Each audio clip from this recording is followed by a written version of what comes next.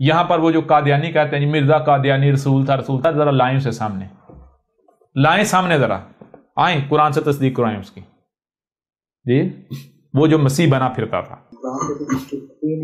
جی کذاب تھا، وہ مشرک تھا بہت بڑا. جی وہ رسول ہو سکتا تھی، رسول آتا ہے جب ضلال مبین ہے، وہ رسول ہو سکتا ہے جو آ کر کہے جی سب کچھ ٹھیک ہے، نمازیں، حج، روزے، مسجد سب ٹھیک ہے، صرف مجھے رسول مان لو. رسول مان لو باقی سب ٹھیک ہے. بڑی عجیب بات ہے. رب نے قانون چینج، پہلے تو یہ بتا رب نے قانون کب چینج کیا؟ یہ رب نے تقدیر کب چینج کی؟ کیونکہ رب تو کہہ رہا ہے میں رسول صرف تب بھیجتا جب ضلال مبین آتی ہیں. تو کہہ رہا ہے سب کا سب حق ہے، صرف مجھے رسول مان لو. یہ رب نے قانون کب سے چینج کیا؟ جی جی بالکل. ذرا یہ بھی تو بتا نا.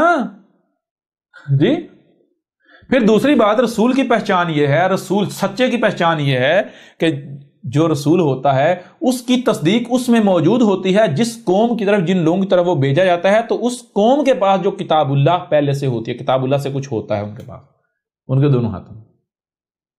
تو مرزا قادیانی کہتا ہے میں مسلمانوں کے لیے آیا ہوں.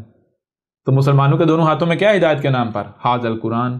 تو ذرا مرزا قادیانی کو کہنا تھا کہ اپنی تصدیق تو کرائے حاض القرآن سے. جی جی ممکن نہیں ہے ایسا، ہو ہی نہیں. بھائی آ جائے نا میدان میں. ابھی تو قادیانی کو بتر لگائی جا رہی ہے، جب آگے تھوڑا بڑھیں گے رگڑا لگائیں گے اس موضوع کے تحت، قادیانیت کے موضوع کے تحت، احمدیت کے موضوع کے تحت رگڑا لگائیں گے. ٹھیک ہے نا. ہم کسی سے ان کا ٹائٹل نہیں چھین رہے کہ جی احمد عیسیٰ یہ کہے جی میں اصل مسلمان ہوں اور میرے ماننے والے اصل مسلمان ہیں، تم اپنا اسلام اپنی جیب میں ڈالو. جی جی بالکل کلیئر ہو رہا نہیں ہو رہا؟ تم اپنا اسلام اپنی جیبوں میں رکھو، تم اپنا مسلم ٹائٹل اپنی جیبوں میں رکھو. احمد عیسیٰ لعنت بھیجتا ہے تمہارے اسلام پر اور تمہارے جو ٹائٹل مسلمان یا مسلم پر. سمجھ آ رہی ہے نہیں آ رہی؟